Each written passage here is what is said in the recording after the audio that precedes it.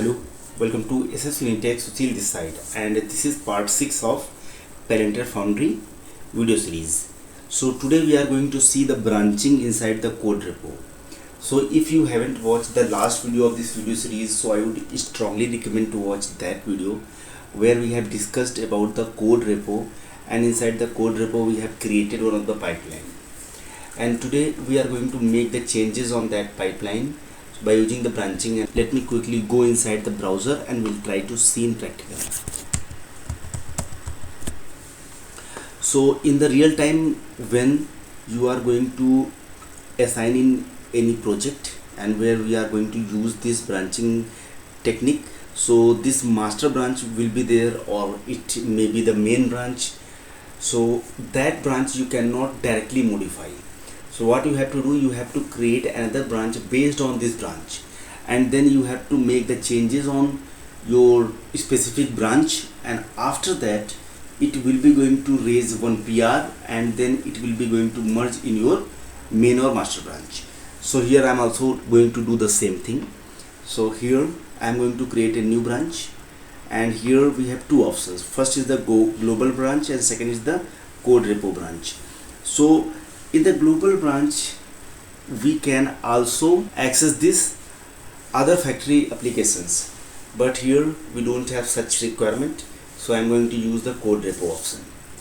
Here I'm going to call the new branch as Sushil USA, because I'm going to filter for USA, and let me try to click on this create. So it will be create a new branch for us. So here inside the branches, if I can see, then we have two branches. One is the main branch, that is master.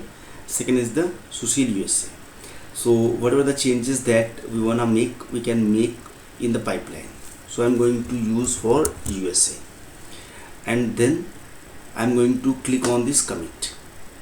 So once this build will be succeed, it will be going to create your dataset with the newly branch, that is the Sushil USA, and it will have the data for USA only. So let's wait for completing this deployment. So this deployment has been completed successfully. Let me try to open this dataset, and this dataset will be going to show for the branch.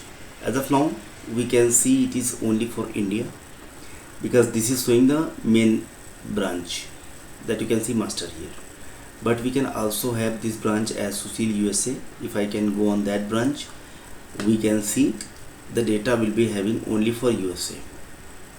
So here you can see the data for the USA only. Now I want to make this change, whatever the change that we are filtered for USA inside the main branch. So how we can do that? So for that we have to create the pull request. So in the right top you can see propose changes. So it will be asking for the new pull request. So I'm going to call this as USA filter, maybe this pull request name. And if I can scroll down, so this will be merged into master branch from your Sushil USA, and merge when it's ready. Now everything is okay. Here we can simply create this pull request. So this pull request is created and it is merged, that you can see.